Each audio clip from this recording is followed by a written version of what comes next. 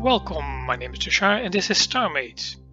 We're going to do a ship review today. It's going to be a bit different than I normally do with these reviews. That's why I have two versions of the ship here that I'm going to review. Basically, I'm going to hopefully show in a constructive way what I would do different, at least in aesthetics for this ship. This is the Kuro mining barge built by Kurosawa, and he uploaded it not too long ago and basically asked for criticism or ideas for this ship. It was a backup for his build. So I assume that this is a ship that he's extensively using, most likely in a survival world. At least it's logical if you use all these normal hull blocks, at least the bigger versions of the hull. It's easier to produce, and of course you can build a whole lot with it. But yeah, we'll get back to that later. First step, I would reset all your turrets when you upload a ship. It's a bit neater when someone downloads it, even if it is a backup for yourself. Yeah, this is a bit sloppy the way it looks now at the moment. But anyway, let's continue with this. Like I said, this is a mining barge, so I will assume that this is a ship dedicated to mining. But by the looks of it, it has some defensive capabilities with the turrets here, and I did see a couple of them, yeah, at the bottom as well. So it probably can fend off some pirates. I can see that the author did put some thought into the ship, even if it is very blocky in my opinion. There are better aesthetically pleasing ships out there than this one, but that's where my, I hope, constructive criticism comes in. And hopefully I can give some tips to improve the aesthetics of this ship. It's mainly white, and he added some of these green and yellow lines to it. Yeah, they don't really have a connection with the rest of the ships. They're just lines that are there on the hull. Okay, they are segmented with the blue, what I assume are some sort of storage crates for, I think, the stuff this ship mines. But yeah, the green and yellow is not used anywhere else except in these stripes. Then we've got a docking area here that is not USD compatible. So I'm not sure if that was the intention or not. And then we've got some sort of hangar bay over here. Very blue and purple. Yeah, this is very bland. There's a lot of color, but yeah, there's no, yeah, how do you call it, detailing going on inside this area. I believe the ship is not done. It's a work in progress, but yeah, there could be a lot of improvements there as well.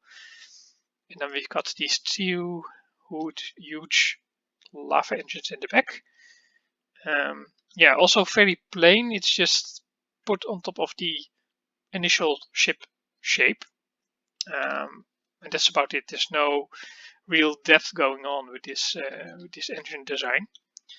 And it goes up into this, what I assume is a bridge area, but it does not house the core. That's in the main body itself. And this area is empty as well. And it goes to what I think is an elevator. Yeah, probably is.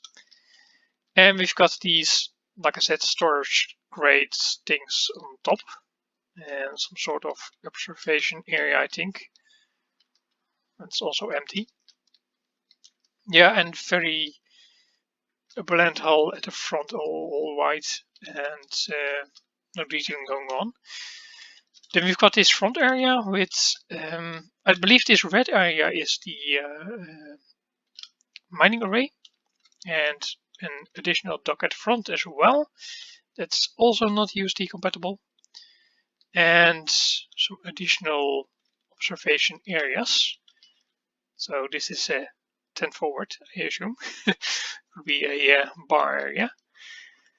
And that's about it for the exterior.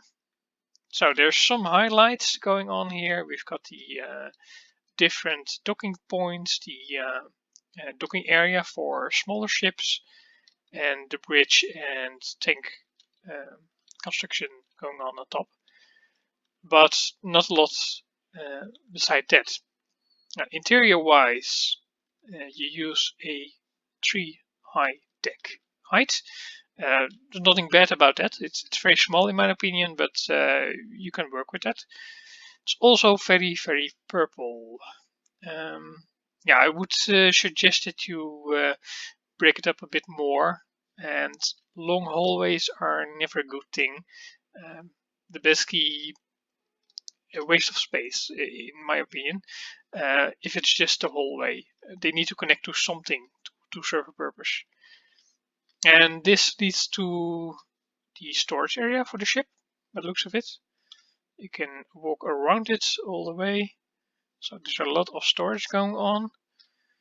So it's not in the blue tanks on top of the ship like I thought at first. But yeah, in the middle of the ship. And yeah, there's not a whole lot more to this ship as interior goes, except for the hallways. Well, this is the bridge area basically, with the core. I do like these console areas, the big ones.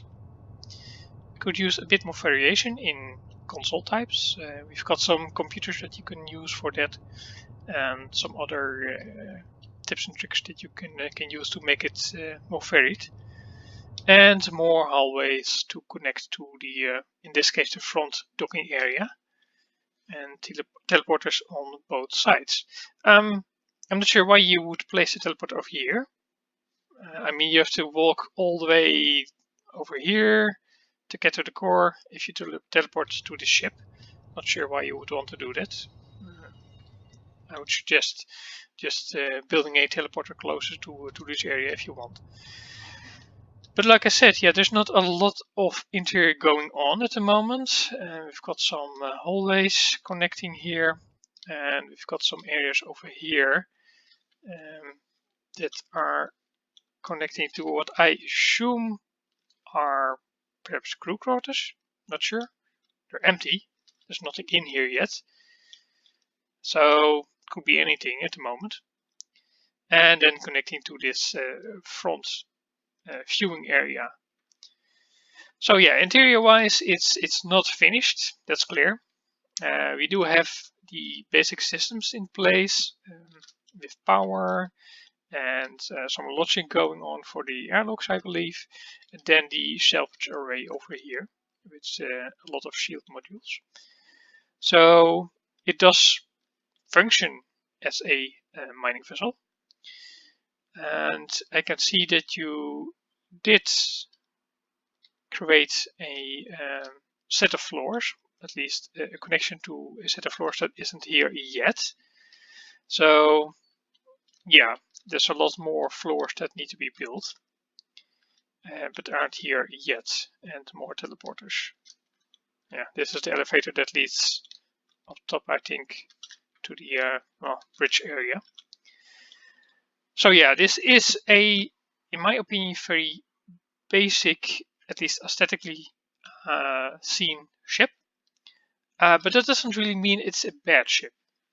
Like I said, there are aesthetically more pleasing ships out there, but there's lots you can do with just a basic ship like this.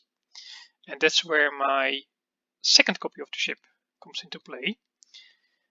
Because I modified it a bit to show you some techniques, some tips and tricks that you can use to improve your aesthetics of your ship. And it mainly has to do with this area over here with the green armor, because in my opinion, this area over here includes the most significant areas of the exterior of your ship that you need to take into account if you connect to your interior. Because in the original we have our docking bay over here, this area, and we've got these docks to the side to get inside if you dock to a what I assume is an USD dock. And we've got the engines at the back here to propel the ship. So these three elements are relatively close together and they need to work together. In my version of the ship, at least the modifications I made, I started out with this docking area. And to make things easier a bit, we'll jump into this ship. So I can use build mode. Here we go. I'll open up the force field so you can see a bit better what I did. The first thing I did is a trick I call framing. You see that a lot. If you have an area that is significant on your ship, and basically you want people to pay attention to it, you can frame the area with a contrasting color. In this case, I used the dark gray. It's just all hull, by the way. I didn't use any normal or advanced hull. Just the normal, the type you used as well. So you only need the different colors. And I framed it out with the darker one, and then used the gray to frame the inner area of this entranceway to the docking area. And the difference is with your docking area, you only use a very small area with a force field that you can get into the hangar bay. Yeah, that's not really user-friendly for bigger ships, of course. Even for smaller ships, it's very hard to get in here. I mean, my worker bee is usually the smallest ship I have, and it's about 5 or 6 blocks high. So if we take this into account, this is 1, 2, 3, 4, 5, 6, 7 blocks high. So I only have 1 block of clearance to get my worker bee inside. That's very, very little. So I enlarged the area that you can use to get into the docking area, and I made it a bit more symmetrical, a bit more clean in the lines. So you could get this entire arc for your force field, like this. Now the second thing I did is change the interior a lot. I kept the color of the floor and the wall, just because I believe that you want these colors in here. And I try to work with that, but it's also a good idea to break up walls that are one plain color. In this case, for the floor, I did some lines in here to indicate where you can dock stuff. So in this case, I created places for 2 worker bees, but you can create a larger docking area if you want. And added some lines in the walls like this to break up these areas. I did change the ceiling a lot. I just made it gray and then added these light fixtures to it to give it a bit more light in here. You use a lot of blue lights. It's oversaturated that way with this color. So yeah, the blue and the purple, yeah, it doesn't really work for me. So in general, I only use a lot of white light, and then add the colored lights like these, and for the force fields like this, to get some more life into the area. But yeah, that's up to you what you like. If you want to change these to all blue, you can, but I would suggest mixing it up a bit with white and color. and then that connects to the rest of the ship through here. I kept this original, but you could do a couple of different things with that as well. So yeah, framing. Framing is one important thing you can do. The other changes I made, this entrance on this side. You've got a dock over here. This is a deck floor lower than I did on my modifications, and this turns a bit awkward in how it connects to the hull. I mean, you try to connect it here, and then you get all these strange lines over here because you're trying to get it all straight. And yeah, it's not centered on the ship at all. But you did have a layout for other decks as well, and this deck here is exactly in the middle of your ship. So why not use it as connections for your docking area? I mean, it is there, so use it. Yeah, I didn't do really something special with this. This is just an indication where I would place the docking area. You could basically change this armor panel, this green armor panel over here to make it a bit more fancy. But yeah, this is just my indication. Okay, use this floor as a docking area floor. Speaking of the green armor, because you use the green and yellow lines, I assume that you want to use the white, green and yellow as your color palette for your ship, and then perhaps the blue for some accents. I would suggest that you use your white hull as the basis of your ship. This will be your main hull, and then layer on top, that's another method, the green armor on top of it. And the way I would do it is, well, in this case, I started with this area over here. This is a, let me think what you call it, a constructive way, an area that basically carries the ship.